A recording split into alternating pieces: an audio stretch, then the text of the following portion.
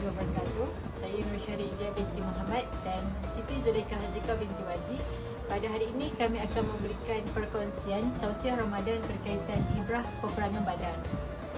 Apabila tiba bulan Ramadan, selain daripada umat Islam diwajibkan berpuasa dan memperbanyakkan ibadah, kita sebagai umat Islam pasti akan terkenang sejarah perang Badar yang mana tentera Islam diketuai Nabi Muhammad sallallahu alaihi wasallam menang dalam peperangan tersebut di bulan Ramadan.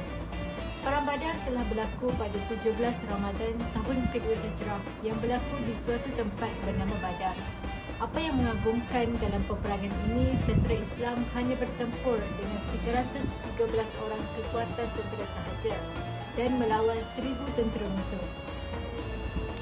Allah Subhanahu Wa Taala telah berfirman dalam surah Ali Imran ayat 123 yang bermaksud, dan sesungguhnya Allah telah menolong kalian mencapai kemenangan dalam peperangan Badar sedang kalian berkeadaan lemah kerana kalian sedikit bilangannya dan kekurangan alat perang. Oleh itu bertakwalah kalian kepada Allah supaya kalian bersyukur akan kemenangan itu. Kalau kita lihat kepada latar belakang peperangan Badar ini, pada asalnya Nabi Muhammad sallallahu alaihi wasallam ketika itu hanya mempelawa kepada sesiapa yang ingin turut serta untuk bersama baginda turun ke Badar bagi menyekat rombongan dagang bagi menyekat pimpinan Abu Sufyan dengan membawa pelbagai barangan dari Syam ke Mekah. Rasulullah segera menghantar kaum muslimin untuk menyekat kafilah itu. Ekoran barang yang dibawa oleh mereka merupakan harta milik kaum muhajirin, iaitu umat Islam, yang didagangkan dan dirampas serta dijual sewaktu mereka berhijrah ke Madinah. Baginda beranggapan sekatan perlu dibuat agar kafilah yang membawa barang dagangan ini sudah pastinya akan dijana dan mereka akan membeli senjata. Seterusnya mereka mengambil kesempatan menyerang Madinah pada suatu hari nanti. Terdapat beberapa pengajaran atau ibrah yang kita boleh perolehi daripada peperangan Badar yang telah berlaku di zaman Rasulullah sallallahu alaihi wasallam ini. Adalah penentu kepada mati dan hidupnya Islam pada ketika itu. Ibrah yang pertama ialah kemenangan dalam peperangan Badar dengan pertolongan Allah telah menjadi bukti akan kebenaran ajaran yang dibawa oleh Rasulullah sallallahu alaihi wasallam. Hal ini menjadi pengajaran kepada umat Islam agar sentiasa berpegang teguh dan menyerahkan segala urusan kepada Allah. Ibrah yang seterusnya adalah agama Islam yang kita anti dan nikmati hari ini adalah merupakan hasil perjuangan yang menuntut pengorbanan yang tinggi daripada para pendukungnya, khususnya Nabi dan para sahabat baginda sallallahu alaihi wasallam. Oleh yang demikian, marilah kita hargai Islam ini dengan mengamalkan sepenuhnya ajaran yang dibawa oleh Islam.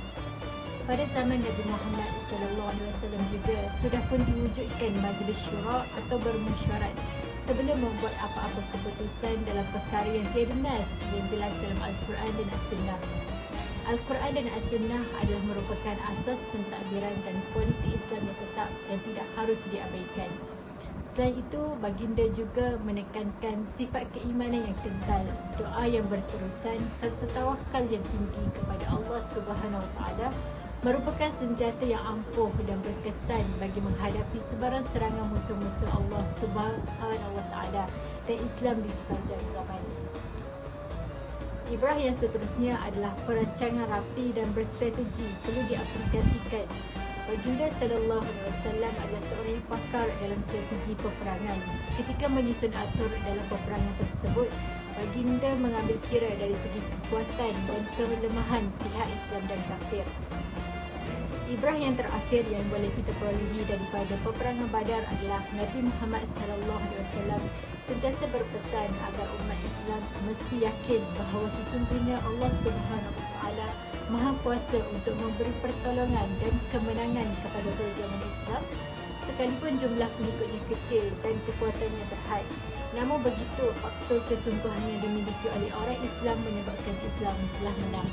Kesimpulan daripada ibrah peperangan Badar ini ialah peperangan Badar ini amat besar artinya bagi agama Islam.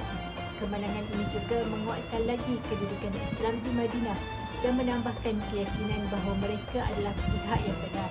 Justru ibrah-ibrah yang kita perolehi daripada peperangan Badar ini boleh diamalkan dalam kehidupan kita sebagai seorang Muslim.